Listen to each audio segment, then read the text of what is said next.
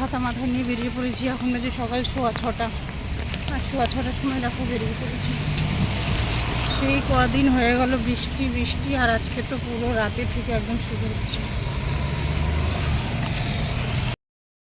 বন্ধুরা, বৃষ্টির মধ্যেও আমাদের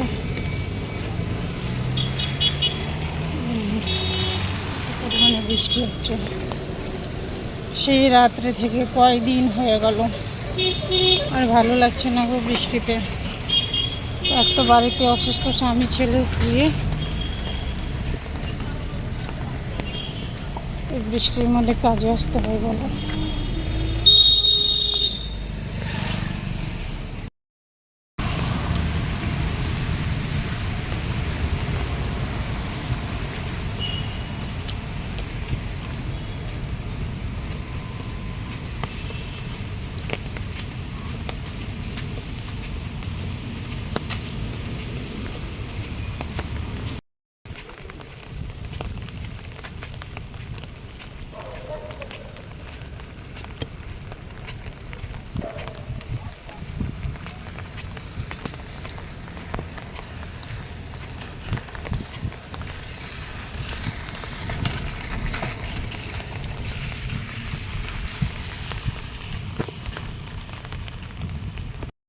হ্যালো বন্ধুরা, welcome back to my channel. আশা করি তোমরা সবাই খুব ভালো আছো। আমিও একটু একটু ভালো।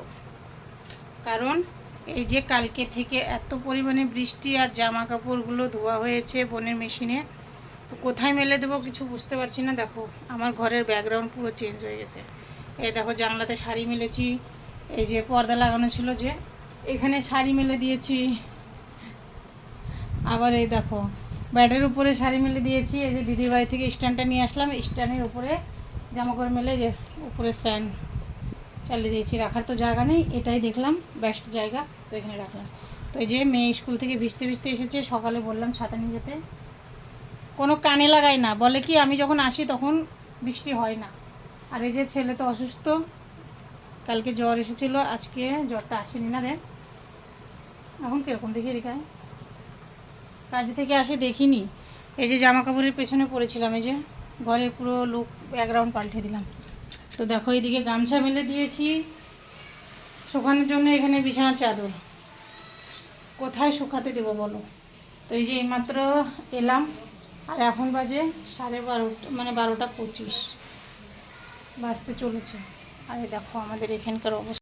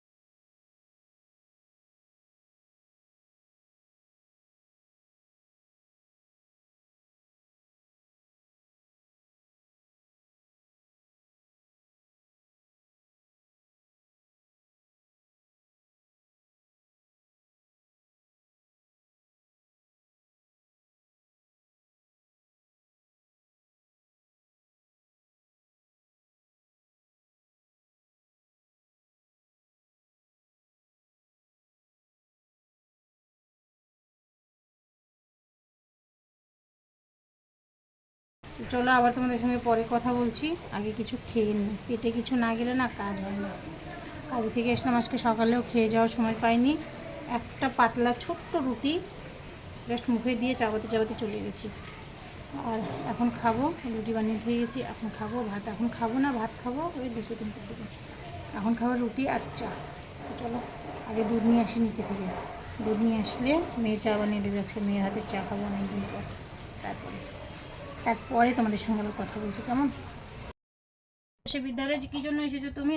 11 কান্তারে কাহারো তনয় তুমি কাহারো ঘরণী কি হে তুমুল নিমুখ বিষাদ বদনী বৃদ্ধ বলে অতিহীনা আমি অবাগিনী কি কার শুনিয়া মম দুঃখের কাহিনী।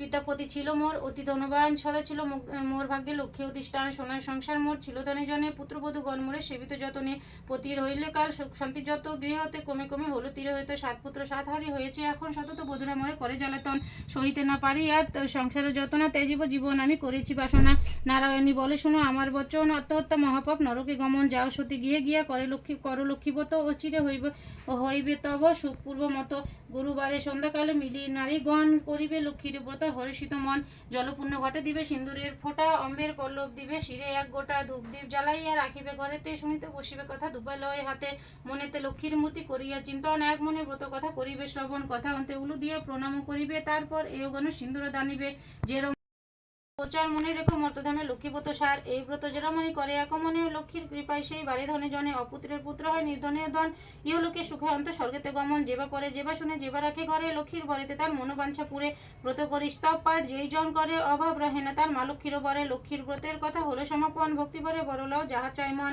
স্মৃতিতে সিন্দুর দাও সব এও মিলে উলুধ্বনি দাও সবে অন্য কথা ভুলে, লক্ষ্মীর ব্রতের কথা বড় সাধুময় প্রণাম করিয়ে যাও যে যার আলয়, জোর করি 2 হাত ভক্তিযুক্ত মনে প্রণাম করো হেবে যে থাকো যেখানে, প্রণাম আমি লক্ষ্মী মাতা বিষ্ণুর ঘরণী ক্ষীরোদয় সম্ভবা দেবী জগত মোহিনী দয়াময়ী জগৎমাতা বিপদনাশিনী অগতির গতিমাতা তুমি নারায়ণী, ভগত বৎসলা দেবী সত্যস্বরূপিনী হরিপ্রিয় পদ্মসনা ভুবর হারিণী ভবরাধ্য তুমি মাতং শ্যাম আরাধিতায় পদ্মছায়া দানে কৃপা করো জগৎ মাতা, দুর্গতি সাগরে পড়ে ডাকি তোমায় আমি তারাও তারিণী মোরে চরণে নমামি, এতে বলি গৃহস্থ আমি করি সমাপন ভূমিতে লুটিয়া প্রণাম করো সর্বজন, শ্রীজন পালন লয় যাহার কাটেক্য হয় বন্ধ সে শ্রী লক্ষ্মীনারায়ণ, ভূমিতে করি গণতে থাকে যেন মর্মতি পাই যেন শ্রী যুগল চরণ, নারায়ণ নারায়ণী চরণ যুগলে পড়ি আমি যেন পাই দিব্যগান তপদাস শ্যামালাল মাগিছে নত শিরে সে মোর ঘরে হও অধিষ্ঠান, ওম জয় জয় মা লক্ষ্মী দেবী কি জয়, জয় জয় মা লক্ষ্মী দেবী কি জয়, জয় জয় মা লক্ষ্মী দেবী কি জয়।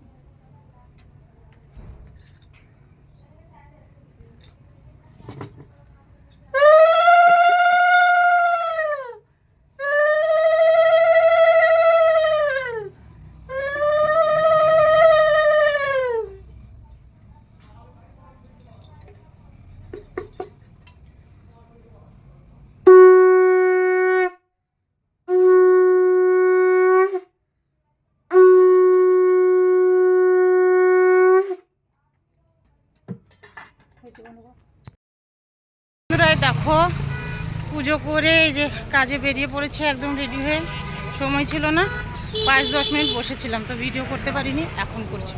এই যে বোন আর এই যে আমি রাস্তা দিয়ে যাচ্ছি, আর এই যে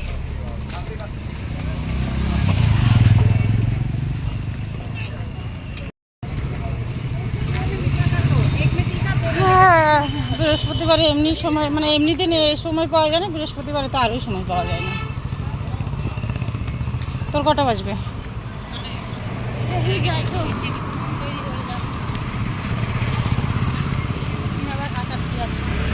আমার তো আস্তে আস্তে তো বোধহয় এই 8টা বাজবে।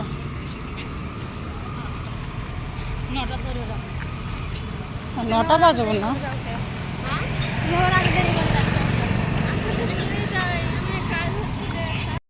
চলো কাজে থেকে এসে আবার তোমাদের সঙ্গে কথা বলবো, কেমন? দেখো পুরো রাস্তা,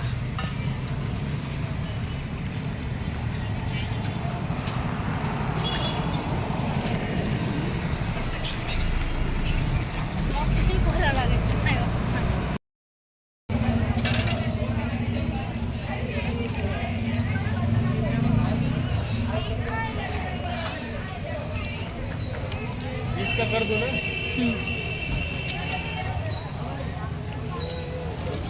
চুল না चुल बाल था क्या इसमें? হ্যালো বন্ধুরা, এই দেখো আবার চলে এসেছি রান্নাঘরে। এই দেখো পরোটা বানাচ্ছি মেয়ের জন্য। তোমাদের দাদা ভাই খেলো রুটি, ছেলে খেলো রুটি, আর মেয়ে খাবে এই যে পরোটা। মেয়ের জন্য এই যে পরোটা। ছেলের এই যে জ্বর, ডক্টরের কাছে নিয়ে যাওয়া হয়েছিল, তো ডক্টর ওষুধ পাল্টিয়ে দিল আর বলল যে এই ওষুধে যদি ঠিক না হয় তাহলে কালকে রক্ত পরীক্ষা করবে। তো দেখা যাক কি হয়। ঠাকুরের কাছে তো এটাই বলছি যে ওষুধের জন্য ঠিক হয়ে যায়, কারণ সেই রক্ত পরীক্ষা করলে বুঝতেই পারছো আজকাল যে মৌসুম চলছে।